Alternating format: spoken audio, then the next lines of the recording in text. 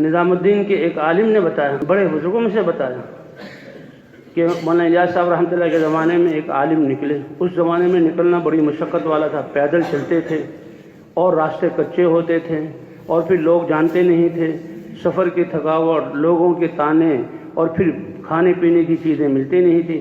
تو نظام الدین آ کر کچھ ذرا سانس لیتے تھے، جیسے یہاں آتے نا رائے میں ٹھنڈے علاقوں سے اور کے مشقتوں سے، تو جیسے ماشاءاللہ ہر ایک کا دل لگتا ہے کہ بھئی یہاں پانی بھی گرم ہے، وضو اور کپڑے دھونا سارا، تو وہ بھی کہ سارے دن عمل میں رہے، اعمال کا اہتمام کیا۔ عشاء کی کتاب کے بعد وہ کہنے لگے بھائی ایسا کونا ڈھونڈتا ہوں جہاں کوئی مجھے تنگ نہ کرے، اور تلاش کرتے کرتے واقعی ایک اندھیرے والا کونا مل گیا، بستر بچھایا، اے اللہ تیرا شکر ہے، کچھ زیادہ سو لوں گا، تھکاوٹ دور ہو جائے گی، تہجد میں اٹھوں گا۔ کہ ابھی آدھی رات نہیں گزری تھی کہ کسی کے رونے کی آواز نے مجھے اٹھا دیا، کسی کے رونے کی آواز نے مجھے اٹھا دیا، وہ تو سسکیاں مار کے روئے۔ جب میں نے غور کیا تو دیکھا مولانا الیاس صاحب رحمۃ اللہ علیہ بھی وہیں آئے تھے، اور وہ بھی اسی لیے کہ کوئی مجھے نہ دیکھے۔ پھر یہ پتہ لگا کہ فکر والے داعی اور عام آدمی میں کیا فکر ہوتی ہے۔ میں اس کونے کو ڈھونڈ رہا تھا نیند پوری کرنے کے لیے، اور مولانا الیاس صاحب نے اس کونے کو چھانٹا ہے اللہ کے سامنے رونے کے لیے۔ تو یہ رات بنائی اللہ نے اس لیے، تتجافا جنوبہم المضاجع یدعون ربہم خوفا وطمعا ومما رزقناہم ينفقون۔ یہ ہیں ہی راتیں اس لیے، اے میرے بندو میں شارق سے زیادہ قریب ہوں، تم خود کیوں نہیں اٹھتے، کیوں نہیں میں نماز پڑھتے، کیوں مجھ سے نہیں مانگتے؟ جو مانگو گے میں تمہاری پوری کروں گا۔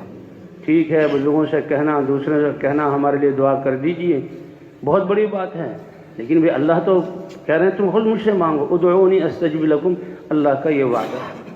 تو تہجد کا بھی اہتمام کرنا ہے، پانچوں نمازوں کے نئے ماحول کو بنانا ہے، اسی طرح صلاۃ الحاجہ کے بھی۔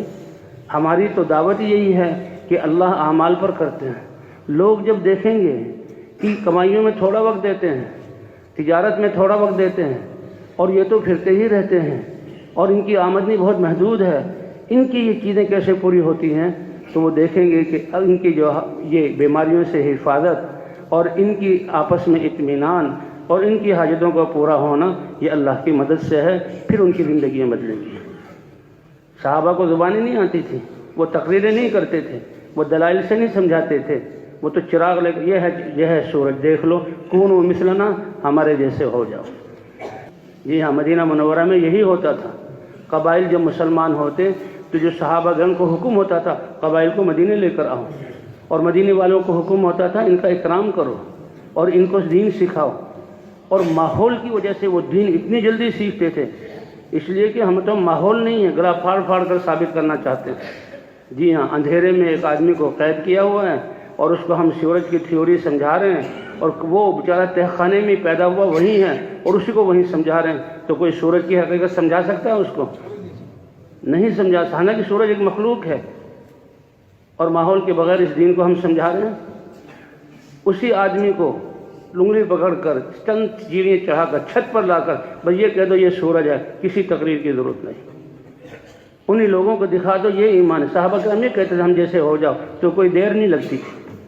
میں تعلیم کرا رہا تھا، تعلیم کراتے ہوئے تجوید کے لیے بٹھایا، 70-65 سالہ بوڑھا میرے طرف آیا اور میرے کان میں اس نے کوئی بات کی اور رونے لگا، اور کیا کہہ رہا تھا کہ مولوی صاحب 35-40 سال جماعتوں کو ڈنڈے مار کر اپنی مسجد سے نکالا ہے، جاؤ کافروں کو مسلمان کرو، اور رونے لگا، اور کہا اب اللہ نے 40 سال کے بعد مجھے توفیق دی، 2 مہینے لگ گئے، جب پہلی دفعہ میں تعلیم میں بیٹھا تو مجھے پتہ لگا کہ مجھے تو کلمہ نہیں آتا۔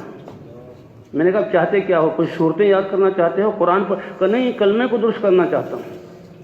کیسا ایکسرے ہے ہماری اور کیسے سیکھنے کا، شاید وہ اپنے علاقے میں کسی کو شرم کے مارے بتاتا بھی نہیں، اور آج اس ماحول کی وجہ سے وہ خود، پھر میں نے ایک عالم کو لیا بٹھایا، 10-15 منٹ عالم کے لگے، وہ کہنے لگے کہ جی ابھی بہت ضرورت ہے، کبھی پڑھائی نہیں کلمہ، دنیا کی باتیں رواں ہیں۔